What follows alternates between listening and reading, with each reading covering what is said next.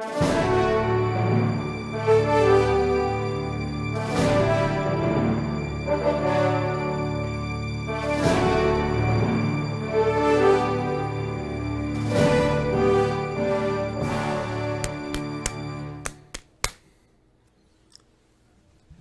enough. Hi, and welcome to another episode of Orc Rogues, where we bring to you everything nerdy, geeky, and just plain fun. My name's Derek. And my name is Thomas. And welcome to another Orville review show, done by us, Orc Rogues. We do things. We do things. Today we're discussing mad idolatry. Yes. That is the title of the last episode of the Orville. Incidentally, the last episode of this season of the Orville, which I believe somewhere in the comments of our last Orville review video, I said it was like the mid-season finale. That is incorrect. This was a season finale. Did you really? I think I did. Because I did just a few weeks ago see the Star Trek Discovery season finale, which we really don't want to talk about. But no, the season finale of the Orville, and Seth MacFarlane's still just pulling on through there, making a great show that I think we're all thoroughly enjoying. However, I got a little bone to pick with Fox. Yeah. Because that promo for this episode was deceiving as all get out. It's kind of like... Does that not make a good promo, though? It made a good promo. It does its like, job, I was right? excited about it. It And then I saw the episode, I was like, no, that's not what this episode's about at all. No. It's kind of like when somebody makes a video review show about a TV series where there happens to be a little casting shift, and they call it a casting change video, and it... Oh, wait, that was us, wasn't it? We totally did that. Would we do that? Yeah, we did. Yeah, that was like last week. You know, it's valid. It wasn't untrue. It wasn't untrue. It was not untrue. It was valid. Because, oh gosh, I had his name. John? No. The guy that was playing Chief Engineer before him. Oh. Larry Joe something. Sure. Joe was in there somewhere. I do not remember the actor's name, but he did leave the show. Yeah. I mean, that was a thing. We just kind of forgot to mention. I meant to mention it last week.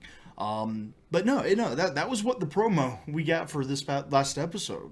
This episode was all about how a crew member of the Orville might be leaving forever. And yeah, forever, all of 11 days. In the promo. Yeah, in the promo. That's what we heard, and that was not the case. So, Fox... Yeah, Got pretty my rough. hopes. I mean, okay, you could argue it was 700 years. Kind of. Actually, me and a friend of mine, for those of you who watched my Tales of Berseria stream on twitch.tv/orcrogues at Tuesdays at 7 p.m. Eastern Time. Nicely done. Me and Shark Dad were having a conversation about how scary looking the promo was, and we thought a crew member might be about to die, and we were having a discussion on who it might be and all this fun stuff, and no, that wasn't scary at all. You know, the promo was intense. It was intense. It really was. Like, it didn't even feel... it didn't even feel like Orville, really. You know, in a lot of ways. You know, it was... whoever put it together, honestly, though, no jokes aside, it was extremely well done. I mean, it did exactly what it was supposed to do. It was misleading, like ridiculously, but still, it grabbed you in. You know, I mean, like you could not see it at that point. And we know that that's how promos work. I've seen countless shows do that sort of thing in the past, and it's fine. Movies too. I was going to watch it anyways. Yeah. I mean, seriously, come on. But no, it was good. So the episode itself, I thought. Go ahead. I love the opening sequence, and I know we did have a commenter on our last video who was not a fan. They felt like it detracted from the main story arc. I actually felt like it was kind of important. I mean, here's one thing about the about that. Like, there aren't really any huge overarching, like, episodic, story arcs. There's no from episode to episode story arcs. And I don't think that Seth has any plans to do that. I saw somewhere where he wants to keep it like episodic. Yeah, no. He wants it to be like Next Generation. He's a huge Next Generation original series fan. Yeah. And that's the feeling that he's going for. But I think in those things, I don't think the humor really, I mean, at least for me, it doesn't really entirely detract from each episode, because I mean, like, the story arcs are so small that at least for me, it doesn't take away that much. But no, in this one, I think it was pretty key. Like, it was kind of necessary. Yeah, and the commentator said this, and I apologize. I don't remember who it was. We should write stuff like that. First of all, thank you. Thank you for commenting. Thank you for commenting and watching our video. We're talking about you. You're cool. You had some really good thoughts. Yeah, and some really, really good points. But in this particular case, it helped to show that Captain Mercer was kind of alone. He was starting to rebuild that relationship with Kelly, and why it wasn't going to work in the long run, which we find out by the end of the episode. So I actually do feel like it was kind of important. Also, as somebody else stated, it did go into just a little bit more background onto each of those characters, a little bit of the Mocklin Society, that game. Yeah, I was trying to remember what the name of it is, and I can't quite bring it up right now. It's I don't know that I want it. I don't know, but it was hysterical. Brutal. Yeah, it was. I thought it was funny. I mean, I liked it. And I like the opening of him going to like each door and trying, to just find someone to hang out with. And he just looked pitiful, And of course, we all enjoyed when he went to John's door. I mean, oh God, just saying. Anyways, but no, the story of the episode, the whole thing with them finding this planet that had the dimensional shift every 11 days or 700 years, depending, and Kelly accidentally revealing herself, Commander Grayson, and then becoming a god to this society. Yeah. Not a new concept, been done in TNG and a couple other things. This was the first time, at least for me, that I can remember, anyway. Well, I mean, correct me if I'm wrong, but the first time that I remember of being able to actually see the progression, though, of an effect like that. And I thought it was really cool. Out. Yeah, I liked it. I really did. I thought that was a really kind of clever twist on. Oh man, the Prime Directive. Yeah, the Prime Directive. What was the? I said it earlier today when I looked it up because I was trying to figure out, because Picard went through a similar thing with a society. Yes, yes, he did. And I'm trying to remember the episode. Who Watches the Watchers? Yes, that was the episode name. And so it had some similar things as that one did, but. In this one, again, we get to see like the progression over 700 years at a time of how that happened. And I thought that was really, really a cool thing. It was, and it was really cool how it paralleled what's going on with us now and our history. And once we got to the end of it, and they had advanced, that culture had advanced past the point where the crew of the Orville was. Right. I thought it was really cool what they said. They said that it doesn't matter that their deity was the Kelly. If it wasn't the Kelly, it would have been some other sort of mythology, and it would have proceeded the same way. I thought it was just brilliantly done, and it was. And I love that. I love that it did not have this massive impact that everyone thought it was going to. Right? That it was like, because TNG, Star Trek, just anywhere in Star Trek, the Prime Directive was like this big, huge thing, and it was like massively important. And if it was broken, then worlds are going to be tossed into chaos, and they did always possibly make it sound like that, and it was just awful thing. And here we have the same thing beginning, and then by the end of it, it's like, it's not that big a deal. It's fine. Yep.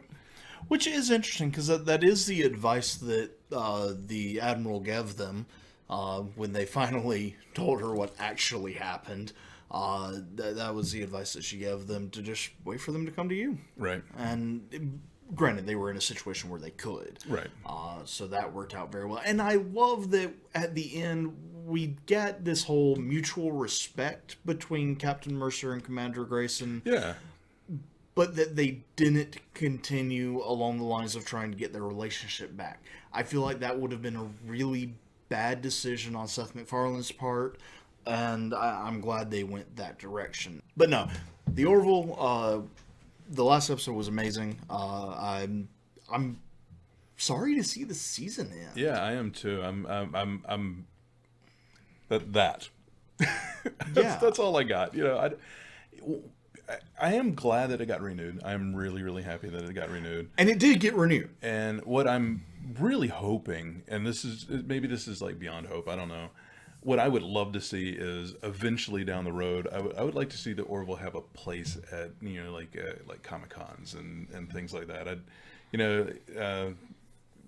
You have the brown coats with Firefly. You know, you've got Trekkies with or Trekkers, depending on your point, for Star Trek, and you've got I don't even know, is there a term for Star Wars? Yeah, I've never known one if there was, and I should. You know, and I'd love to see somewhere for the Orville. You know, or villains or Orvies. You know, I don't know. Orvies. Wow. Yeah. Hey, that could be a thing. Orvies.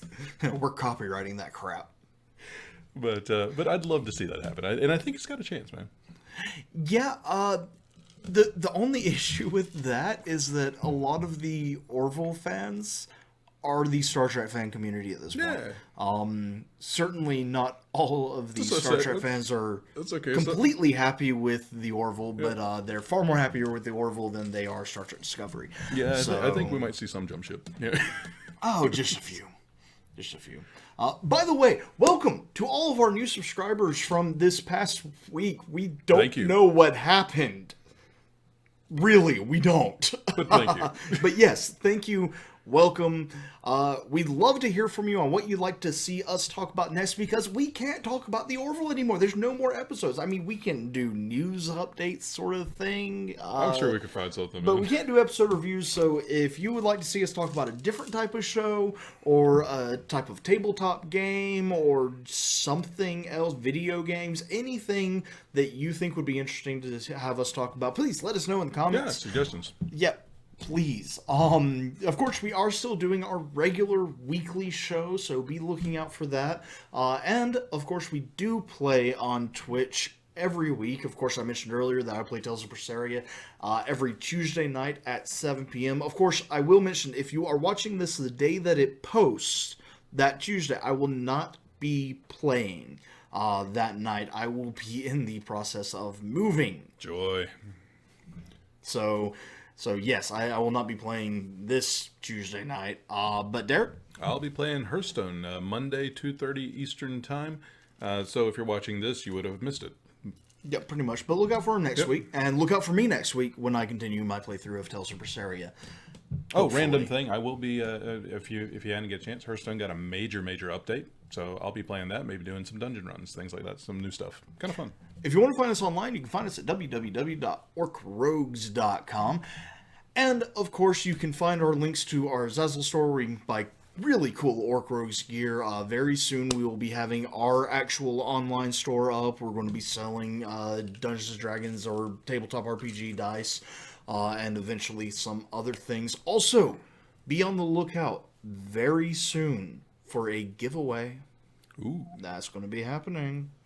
So, if you want to find out more about that, follow us on Facebook, Twitter, Instagram, all at Orc Rogues, except for Twitter because they have to be difficult, at We Are Orc Rogues. So, that's about all we have for today. Oh, if you want to help us out on future projects, we have a lot of things in the works. We are actually working on developing our own tabletop RPG. We're also working on developing a board game. We're wanting to do some web series, a movie at some point. Yes, movie. Moving, yep. Serious about that. We're actually thinking horror, probably. Horror is, yeah. I mean, I love horror. I already have some ideas cast-wise. We've been talking to some people. We actually have some decent casting, yeah. We finally got some decent equipment and learned how to use it. Turns out it has an auto button. You think I'm kidding. Maybe I am. But anyways, if you'd like to support us in any of those endeavors, you can do so at our Patreon page, which is simply patreon.com/orcrogues. So we would really appreciate it. Any amount helps. So that covers it for today. I think that covers it. Thank you so much for joining us. Also, feel free to like, subscribe, and comment. We said comment before. We did. We will see you next time. And until then, we are Orville.